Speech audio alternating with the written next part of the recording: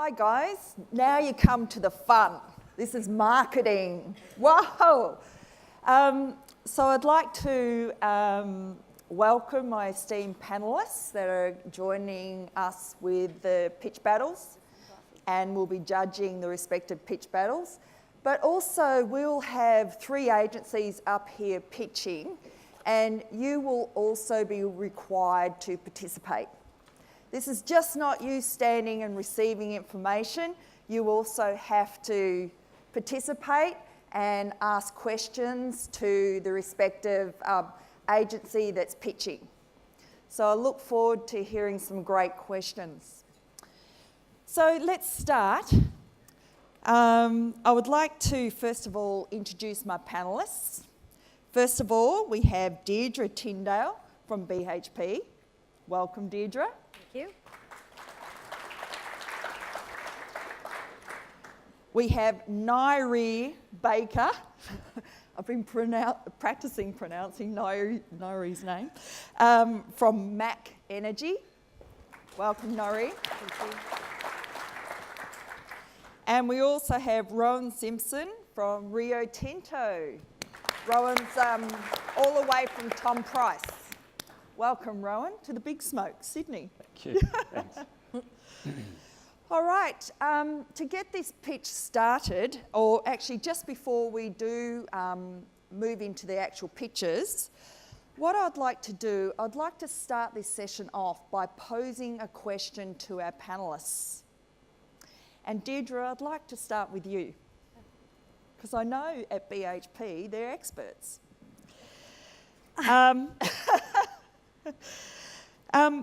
So the question that I'd like to pose, and then I'll ask each panellist to also respond.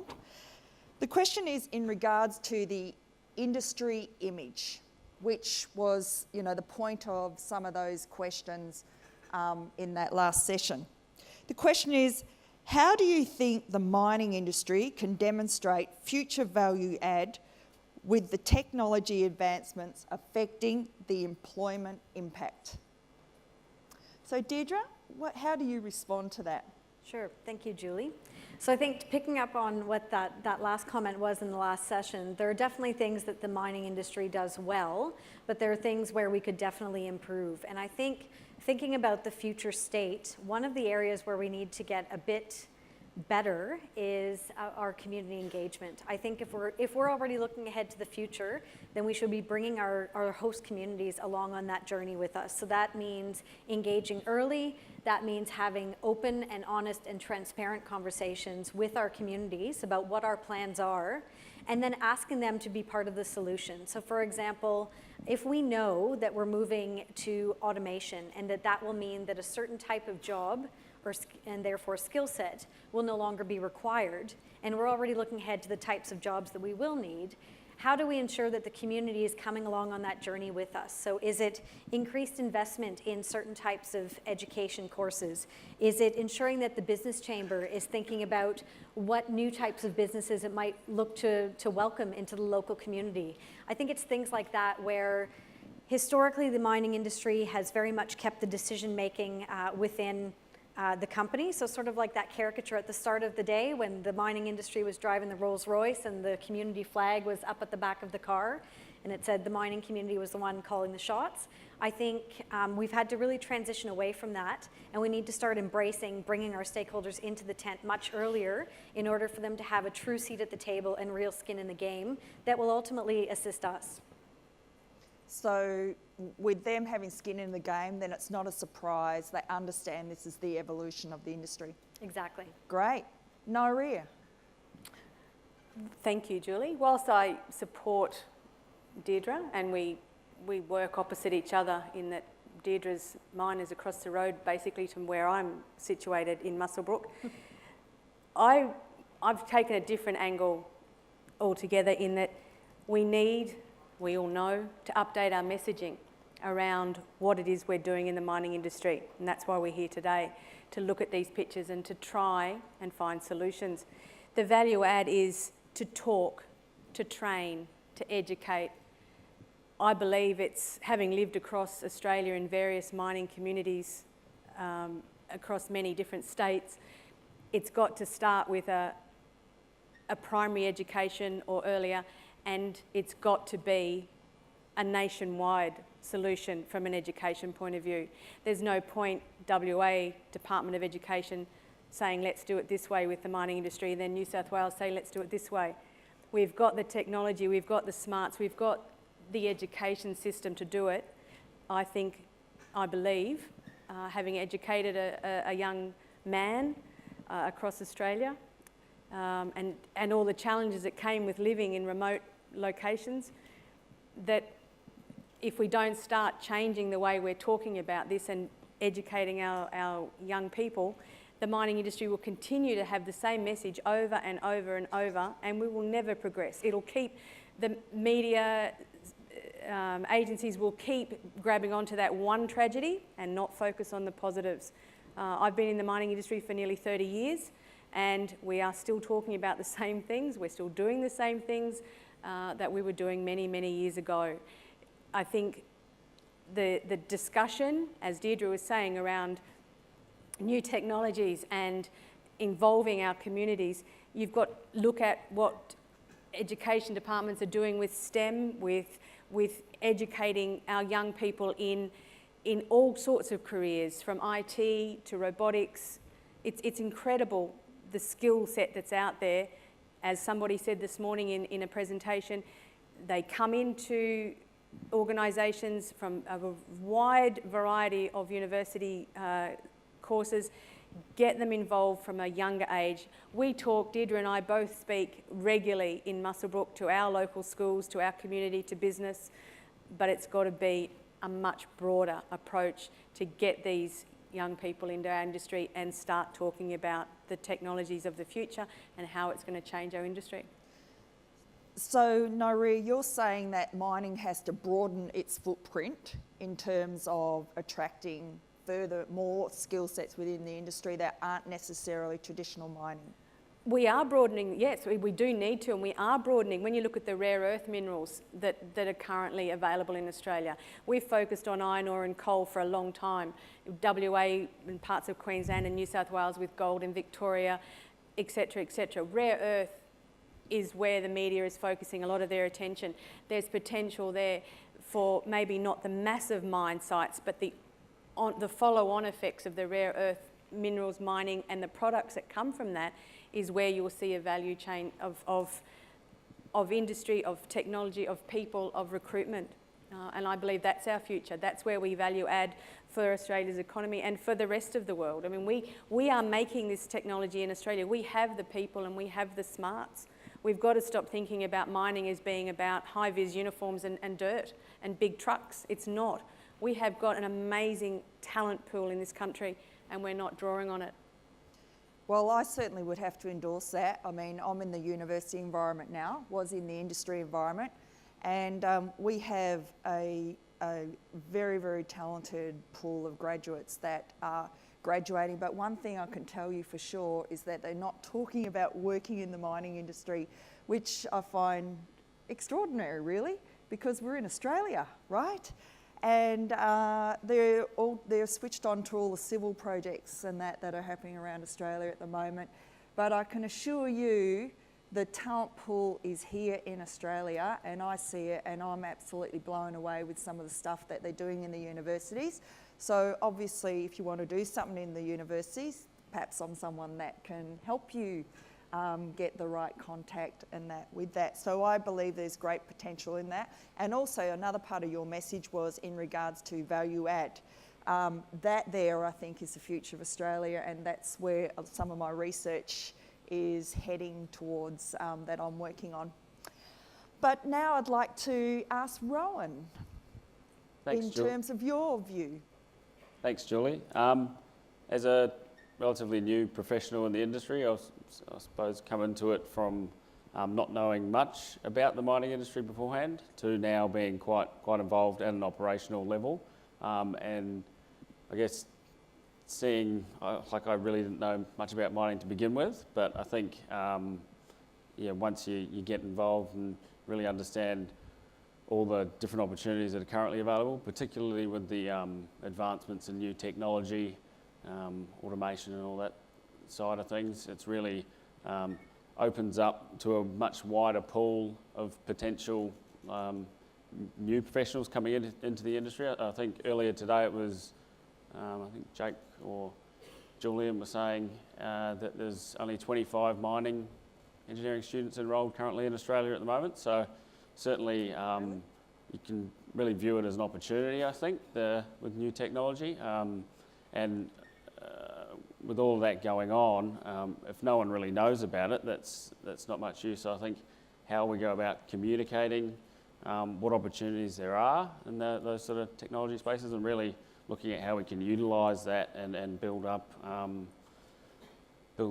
sort of industry in those countries where mining does operate, create that sort of value add. So yeah, when you look at new marketing campaign that Rio has recently been doing, it's popping up on different social media avenues and things like that, where people are really getting more exposure to these things. I think BHP's also had a recent marketing campaign, and that sort of tying in what mining is and where that fits into our everyday society. I think earlier this morning someone was saying a large percentage of people don't actually understand that all their iPads or other steel to make buildings they don't tie that to the mining industry. So I think that's really a gap in how you go about.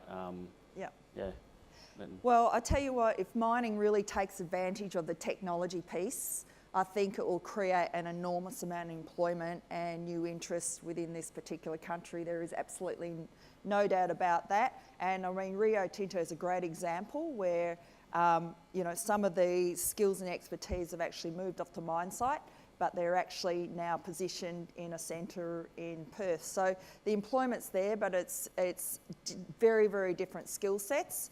And that is now actually required in industry in general today.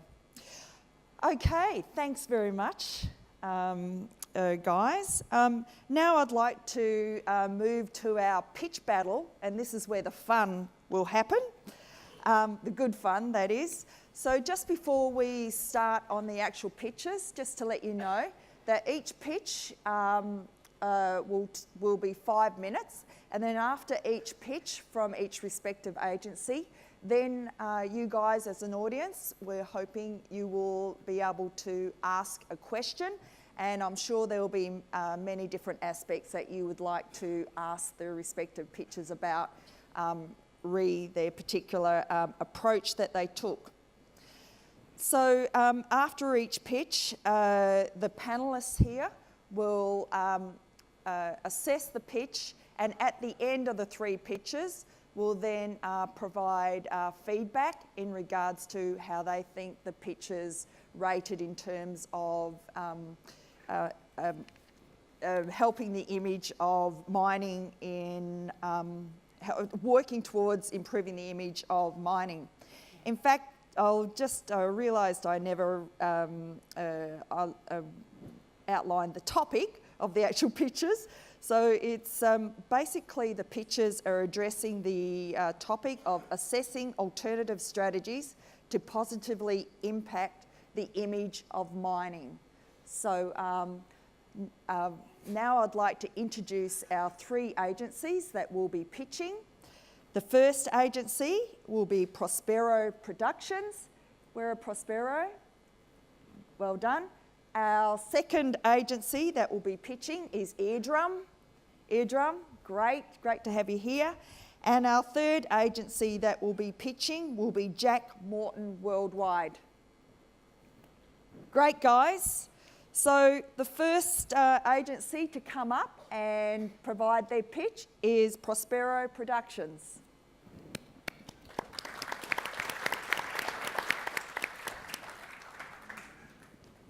Well, thanks very much, Julie, and it's a pleasure to be here. We've taken a very different take on the topic, and our pitch is really, as a film and TV production company, is to make film and TV production. That is the opportunity that we see. So at Prospero, we make about 40 hours of TV each year. Outback Opals is a series that you may be aware of. And we want to tell amazing, compelling screen stories for all Australians to enjoy. The mining industry is full of amazing stories, characters, locations, gear, technology, hardship, success. On the mines, in the head offices, the community development stories. There's so amazing stories out there. They need to be told to benefit the politicians and for all Australians to share in the benefit that the mining industry gives us. And there's a place for lobbying and marketing materials, glossy campaigns, print media and so on. But nothing cuts through like a compelling story. And I was the CEO of the film agency Screen West when Red Dog we were the first agency to develop that production, and then to go on from there to have the amazing success that it was. It would not have happened without Rio Tinto, and I was talking to Rohin about this earlier. Sam Walsh totally embraced the film and the opportunity and saw what could happen with a great Australian story told about the people of the Pilbara. So clearly it's that reach that film and TV gives, and that's the real opportunity. And I wanted to show a quick reel of 3 different series that we've made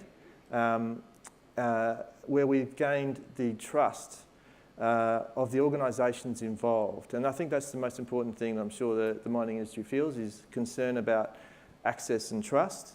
And all these organisations are happy and proud of the series and the involvement we had in making these 3 series. So if we can roll it, there's Railroad Australia, SAS Search for Warriors, and Pirate Patrol. It's just a quick 2-minute reel. Jeff works for Fortescue Metals Group. Just 9 years ago, they blasted their way into the iron ore industry. But to do it, they had to build their own state-of-the-art, multi-billion-dollar railroad. Now, to pay back this massive investment and turn a profit, 2.7-kilometre trains roll down this line, each hauling up to 37,000 tonnes of ore. And they do it all day, every day. To join this revered Special Forces group, you must first pass the selection course. The most physically challenging and psychologically demanding military selection process in the world. Shoot him! Shoot him! They need to have courage that would make a normal man crumble in fear. And they need to have the perseverance that will ensure that they'll never ever accept mission failure. Most who start will never finish. This is the search for warriors.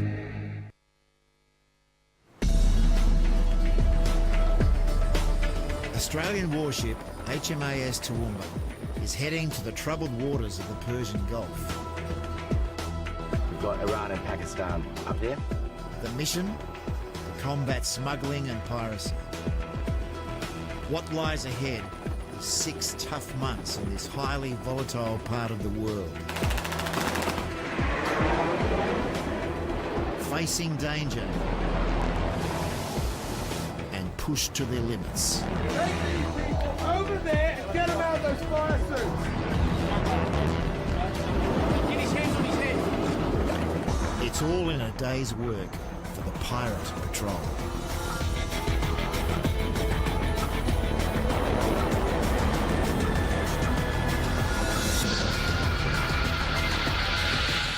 Thank you. So if we can gain the trust and support of the SAS, of the Department of Defence, major companies, it's certainly something we can do with the mining industry, with clear protocols and understanding about what we're trying to achieve, and tell positive stories with scripts in place that demonstrate what the show is going to be about. So very briefly, my quick pitch, I was listening to your opening comments, Julie, but my title is The Graduate. Being hard to pinpoint a series from a distance, but it's something that I wanted to see, which is picturing fresh-faced new employees starting their career in a mining company. They're about to be hired, they're on probation, and then only some of them are going to go on to get a job. It's not a constructed competition, but real situations. The graduates work as interns for a month before the company chooses where they're going to go. We meet them in interview stage. It's the lovely and cringeworthy elements of the pressure of the interview situation, the joy of selection and the nerves of what's going to happen. Over their induction period, we track different characters, we learn the different roles in the company. There's someone in technology, there's someone on site, there's the back office. We're following the characters in their home communities. We get to know them and the challenges that they're facing and the pressures that they're under, and when mistakes are made and how they were overcome. So we meet those new recruits, and we want to see diverse recruits that represent all of Australia. The drama that keeps us watching this series is, do they get through the program? Do they get through and get a job? Or will they fail and realise it's not for them? So, yeah, that's my show, and thank you for the opportunity. Cheers. You stay here or? Stay up here. Thank you. That sounds like AFL Recruit. It does sound like that. Is that a Fox show? No. Yeah, but I suppose the difference is I don't see this as presenter-driven. It's not The Apprentice or anything of that nature. It's drawing on the characters themselves. And I think the HR or talent acquisition people within the organisations will be the ones that will become some of the heroes of the series as they try and find the people that suit the culture of the organisation that they work for. Yeah, and there's some elements of really good stuff there actually, because if you understand what the mega trends are, and they're driven by the consumer research, is that audiences are looking for authenticity. Absolutely. And so something like that would definitely feed into something that is mainstream is really looking for to believe in. So authenticity, I guess, is the core of that. Completely, and that just requires the trust element that I was talking about. That you know, the company would need to fully buy in and realise that ultimately the overall message is going to be really positive if they show that you know, people are challenged through the process, and the values of the company come out through that process. Yeah, great. Is there any questions? If someone would like to pose a question in regards to that pitch concept. Yep. Is there a microphone? No? Yep, yell.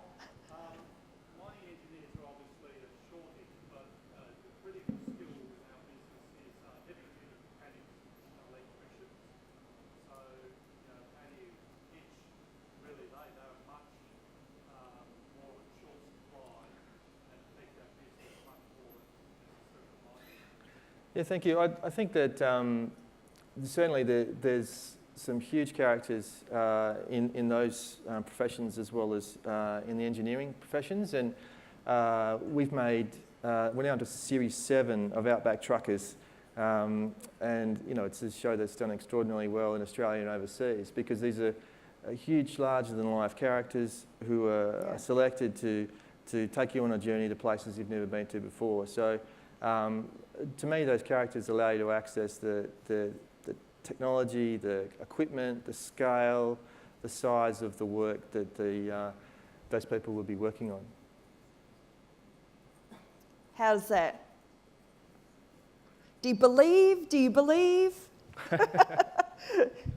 He's reserving his opinion. Sure. Thank you very, very much. Thanks, Julie. Really appreciate it. Great job. Now I'd like to invite Eardrum. I'm sorry I didn't learn your name. My name's Dustin, and I'm from an agency called Eardrum. So just a short presentation for a few minutes. We'll take you through some of our thinking and then play some ads. So when this brief first crossed my desk, it actually took me back because before my career in advertising, I actually worked in mining. I was in the exploration team of a gold mining company. And this particular brief took me back to a bumper sticker that I saw on a geologist's car. And some of you guys have probably seen that sticker before. I looked it up on the internet. Everything is either grown or mined. And it's quite a profound statement. I mean, the fact that I remember it 25 years later, it really stops and makes you think. Everything that we use every day, from the phones we speak on, the cars we drive to work, the roads we drive on, the seats you're sitting in right now, all down to mining. And when you actually ask people to stop and think about that. It can be quite arresting. And so that sort of formed the basis of our insight, which, mining does make everything possible. And then we took it one step and we said, well, it doesn't just stop at the stuff we use, it actually works also in careers and jobs. Like all sorts of jobs are possible, which took us in a whole other direction. So we took the path of making our recruitment ads and trying to change the perception of mining that way, because rather than just say mining's great, trust us, it sounds very defensive. So we wanted to sort of a two-pronged attack, so remember all these things that mining does for you, and you have the opportunity to be part of it. So in that way, it's challenging that next generation to, if you want to make it better, then jump on board and make it better. Anything is possible.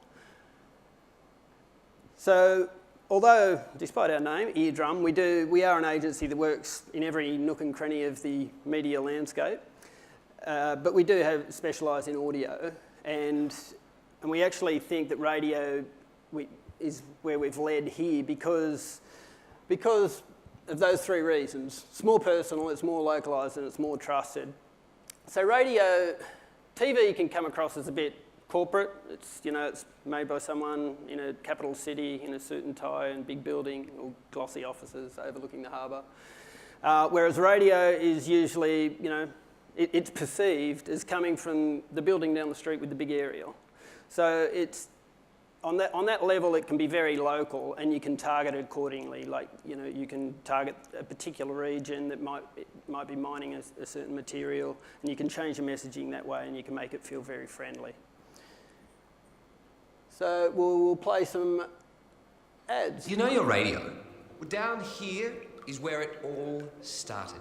Some very clever people extracted copper out of the rocks in the ground and got it to a stage where it could be turned into parts of your radio, or your smart speaker, or your Bluetooth headphones.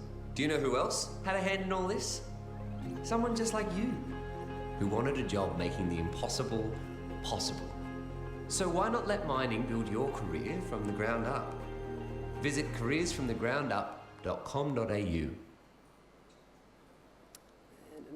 Remember when you plugged your phone in last night? Well, that recharge was thanks to the Bright Sparks, who helped turn this coal down here into the electricity that powers just about everything. Do you know who else had a hand in all this? Someone just like you, who wanted a job making the impossible possible. So why not let mining build your career from the ground up? Visit careersfromthegroundup.com.au. You're probably not thinking about what's underneath you, but there's lots of stuff that helps make the gadgets you use. Stuff that keeps you cool, keeps you warm, and gets you from A to B. You know who had a hand in making it all? Someone just like you. Someone who wanted a job making the impossible possible. So why not let mining build your career from the ground up? Visit careersfromthegroundup.com.au. So, and that URL hub, that would serve as sort of a purpose where you could go on, you find out about all the myriad of roles and opportunities within the mining industry. I mean, you guys would have heard a lot about that today and tomorrow. And it can talk to all that kind of stuff. And as we said, we can tailor the messaging. It's bringing it back to those real world kind of things, putting it into that consideration instead of the next generation, thinking, well, anything is possible. And that's it.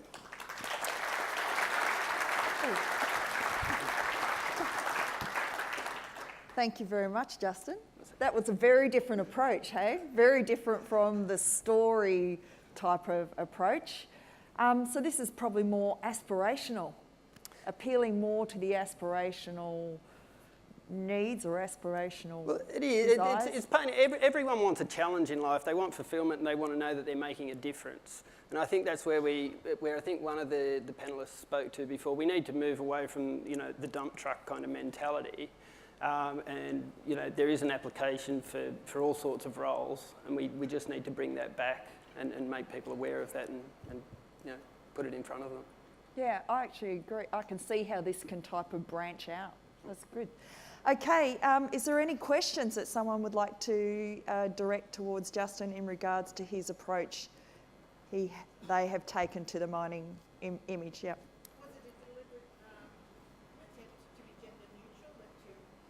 Yeah. Yeah, it's gender shouldn't play a role, yeah. Yeah, well, that reflects mining, right? Gender neutral now, is that right? Yep. Any other questions? No? Great, thank you very much.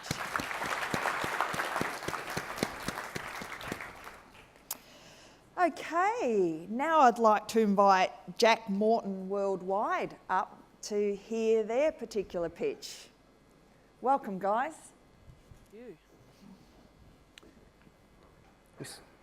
Hello, can you hear us? We sat near the front because we only had 5 minutes and we didn't want to use up too much of the time coming this way. Exactly right. Cool, so clickers here. So we're Jack Morton Worldwide. If you go to the next slide, when we look at sort of challenges like this, we look at it from the point of view of an experience. So we're a brand experience agency. So my esteemed colleagues over there will be talking about how their promises are delivered through the form of medium and radio. What we believe in is how we can translate that into the proof in the pudding. And that's sometimes in the live, but also how we engage with communities, engage with your employees. So that's a project that we worked with on Nike. So, you know, what does that really mean is that there's a myriad of different ways of looking at it, but ultimately we don't care which audience we're trying to appeal to. So we could be working with employers and trying to articulate an employer value proposition. So how does that translate to something that a customer or an end user would experience? Or how we engage with partners, the people who are important to us to be able to articulate our story on our behalf, or the general community. So this gives an example of the ways we look at things. We are completely channel agnostic, and that's the way we like to articulate this solution. So our task, and if we sort of translate it, what we were looking at is how do we change what mining looks like and feels like. And so what we did was we looked at it in a ways in the context around community. How do we find unique ways to engage with our community? And when I mean community, I'm talking about our people, we're talking about our community, our general public, and also the partners who are there to be able to talk about our stories. So mining, as we sort of do the research, mining is the bedrock of our community and our country. You know, it's the largest employer, one of the largest employers in the country, one of the largest contributors of tax. But the challenge is that you'll find that you're doing some amazing things. So on the next slide, you can talk about the innovation that you've been delivering. Time and again, you are trying to be ahead of the game. But the problem is that at the same time, we're still finding that we're talked about in a negative context. And that's the challenge that we're trying to address here, because you're doing so much good that really this is not a fair assessment of what we're all about. So ultimately, mining is taking out more than it gives back, and we need to address that. Absolutely. And look, what we mean by that is that that is the perception. That is the perception that rules no matter what you do. And as you said before, you might get 99 things right, you get one thing wrong, and that's what covers the media, right? So that's the perception that we're dealing with. So how do we go about fighting that perception? So there's a clue. We know that there is a social license to operate. There's a CSIRO study that was done recently that looked at all of the things that people consider when they're weighing up the benefits of mining. And the thing that's at the top is the one in helpful Jack Morton orange up there, which is jobs, employment.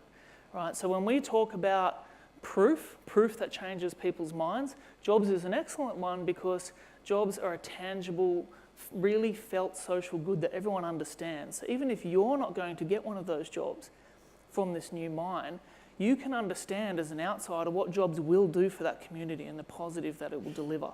So that's why when we talk about from promise to proof, jobs are the gold standard of proof. The issue, however, is that, you know, as you know, we're having a hard time getting people over the line to actually want to work in this industry as well. So we need to go beyond jobs as a social proof that gives you a license to operate. We need to broaden the window and we need to go a bit further. And we need to start thinking about, well, what are the other social goods that we can rely on that are going to appeal to not just job seekers, but everybody, and especially the younger people who are coming up and going to be your next generation of workers. So how do we do that? Well, there's a clue. Looking at what millennials want from their jobs in the future, now and into the future, we know that it's not just about their paycheck or their annual review or just their job and turning up every day. We know that people actually want to believe in what they're doing, right? It's now less about paycheck and it's more about purpose. It's less about your annual review and it's about my development. So you can see there's a shift, right? There's a real shift in what people want out of their jobs. And so it's not just enough, we think, to tell you that there is opportunities here. We need to also get across that there is an opportunity to actually believe in what you're doing and make a positive difference in the world. And so for me, that gives us the clue. We need to expand our social license to operate by actually creating more kind of social good proof points. And if we do that, we will do B, which is give young people something to believe in when they come and work for you. So what do we need to do? We need to give mining a bigger purpose, essentially. So when we're thinking about what that bigger purpose could be, we need to be a little bit audacious. We need to make people feel something. And we've kind of talked a lot about the different facts, right? You do 99 things well, you do one thing wrong. So if we do a campaign based on facts about the things you didn't know about mining, there's going to be a lot of people that go, well, I know something about mining too, and it's a bit shit, and I don't like it. So if we're going to play fact tennis, it might not work out so well for us, right? So we've got to make people feel something, right? We've got to do something that's going to hit them emotionally rather than just play fact tennis. And someone told me that this morning, and I can't stop saying it. It's a great saying. So what's the idea? So this is just a very broad idea here, but I think it talks to this idea of purpose. Mining for good. What if mining took on Australia's biggest problems and solved them? You're a fantastic industry. You've done so much for this nation. And in fact, most people would recognise that mining built Australia in a very, very large way. So why don't we start thinking of ourselves as nation builders again? What would nation builders look like of the new, progressive, promising 2nd century Australia up to now? I'm not sure where we're up to. 21st century Australia. Because if we did that, if we started thinking of ourselves in that way and proving it, then we're giving ourselves a bigger purpose, something that younger people can believe in. So imagine what might that look like.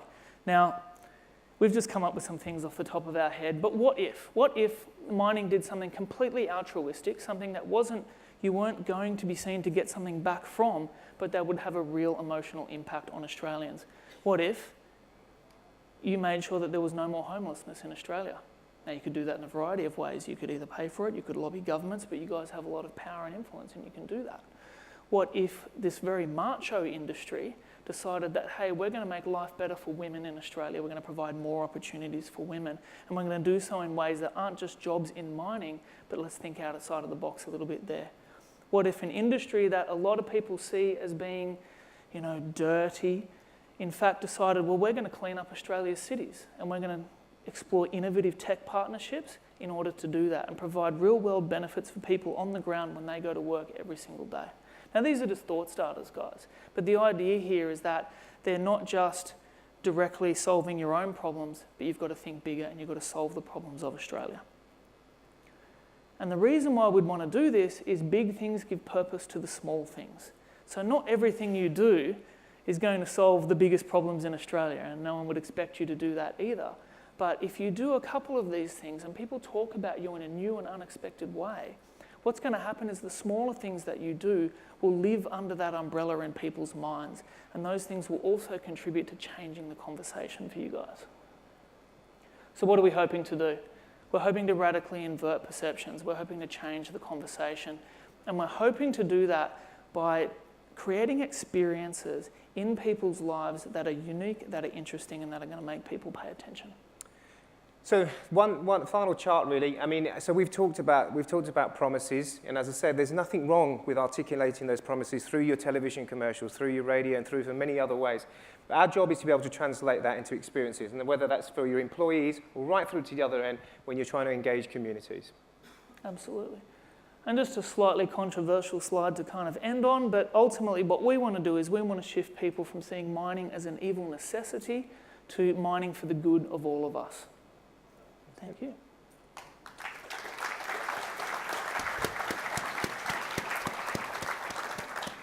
Thanks, guys. A very different approach to the other two pictures, but one thing is perception is reality, and there's no way that we can avoid that because that there is actually a fact.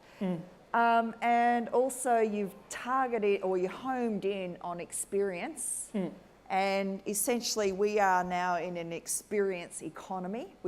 They say Australia's in the service economy, but we've now moved far beyond that, and ultimately, globally, it's showing that ultimately, globally, we are moving towards an experience economy. That is, we want to have all 5 senses. We want to feel, touch, smell. What are the other 5 senses? Taste. Whatever. We want to experience that all at once, and that's where the power of the messages are in. And so, yeah, it was an interesting thing to tap into, is the experience economy. Has anyone would like to ask a question in regards to this particular pitch? Perfect, we nailed So it. we've solved all your problems. Brilliant. Thank you. Solved all of That's those. Well, you've homed in on the social enterprise type of aspect, and I think the mining industry is heavily involved in that. Yeah, the sense of promise that we know that workers nowadays are looking for, especially younger workers. And I think what people are just trying looking at is that it's how you deliver through your actions and your interactions, and that's probably what we want to focus on. Great. Okay. Cheers. Thank you very much.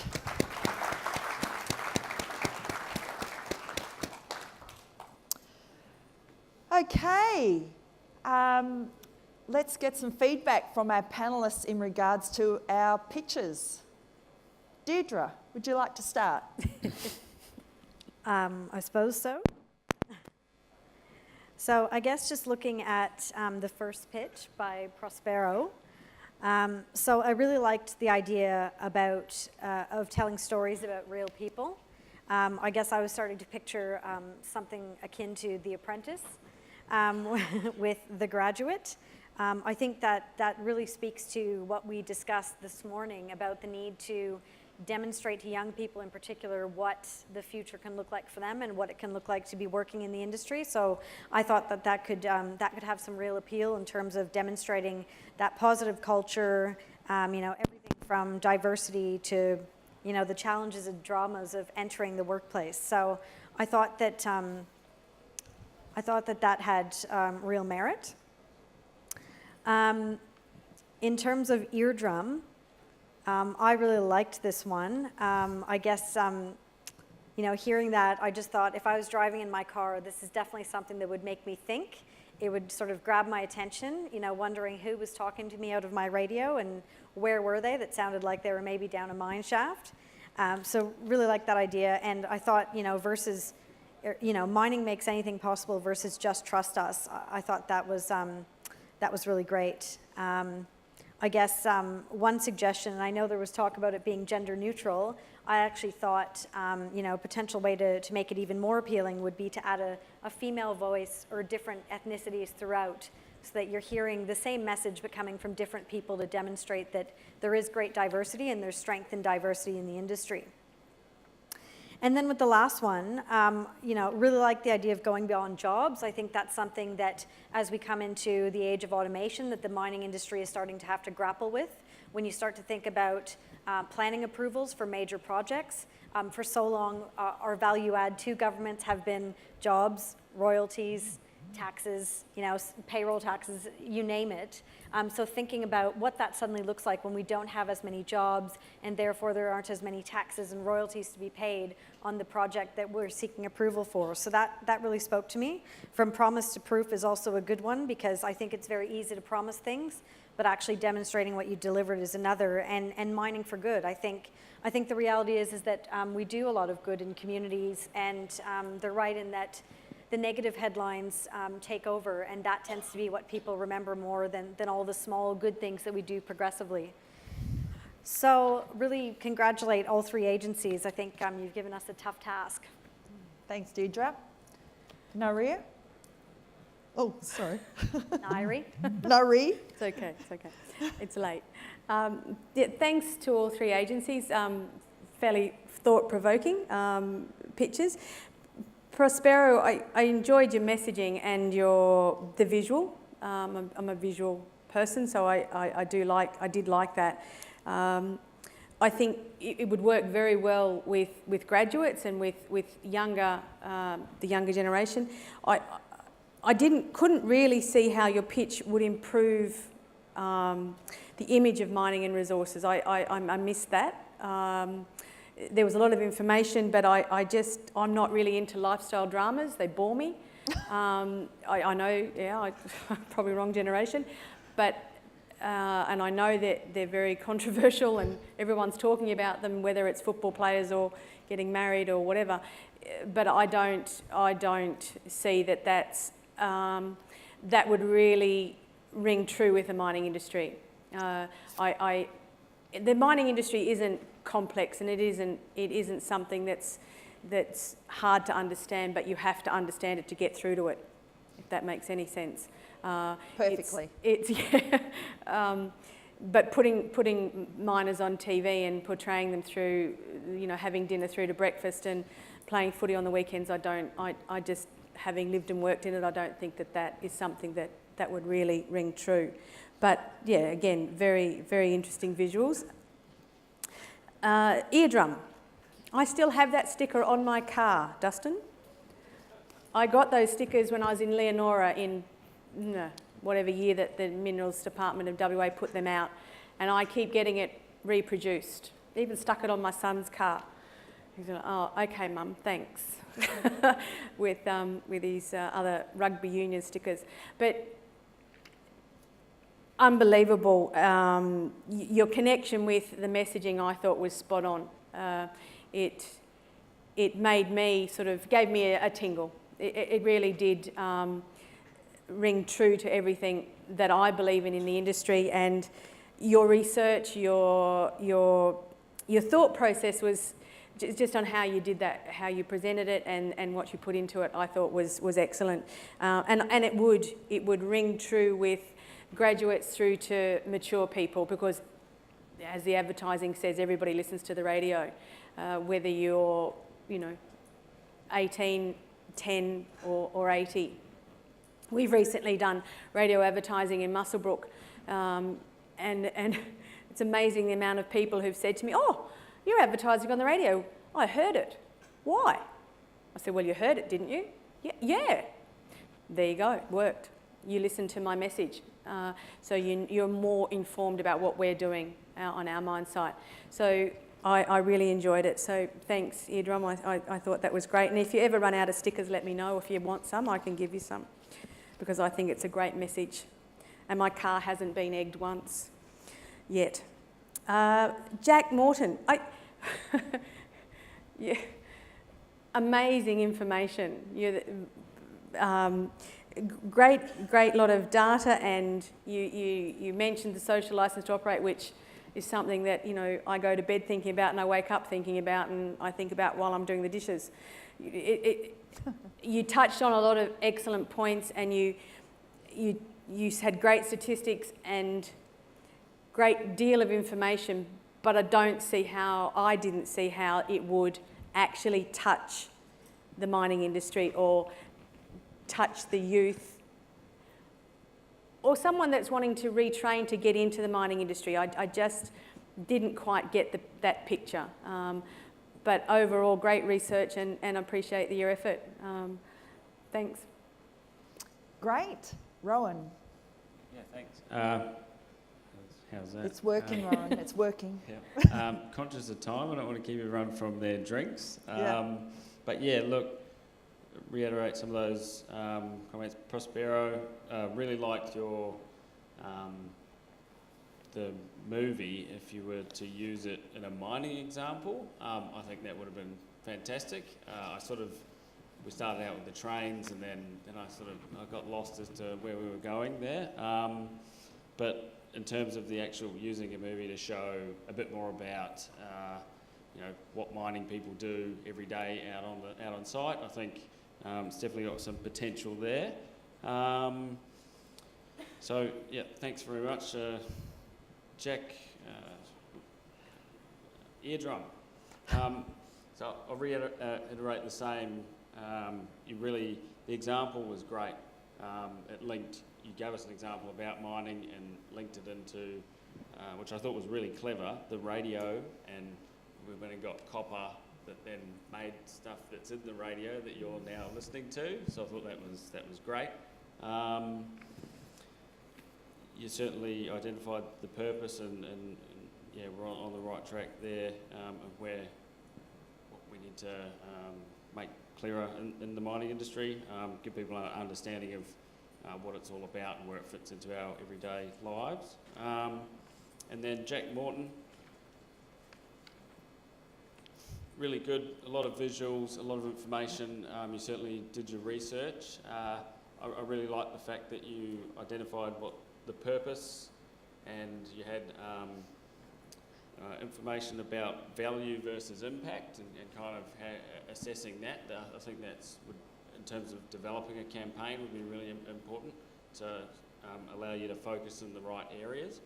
But certainly, yeah, identifying what the purpose is and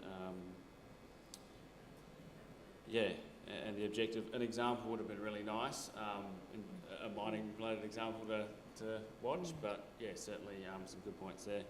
So thank you all. Well done. Great, thanks for the feedback, guys. So we're just going to tally up the results and we'll announce our pitch battle winner. I'm not sure what prize you get. You got a prize? A wine bottle? I don't. Oh, yeah. What? This doesn't sound like the mining industry.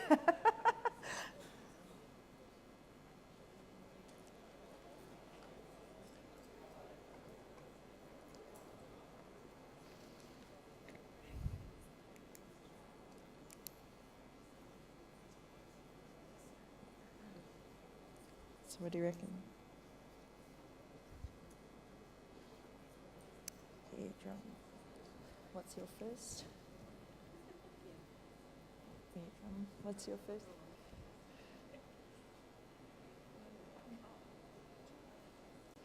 Whoa, we've got contention in the camp.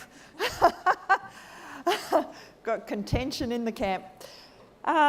First prize winner, or the pitch battle winner, is Eardrum. Woo! One of the key things I think which seemed to resonate is you were at grassroots, right? And I think that's what I was hearing when I heard the feedback, was that grassroots element. So well done, Eardrum. And also thank you very, very much, Jack Morton, Worldwide, and also Prospero Productions. Thank you very, very much. Great, guys. Now you can go and have some drinks.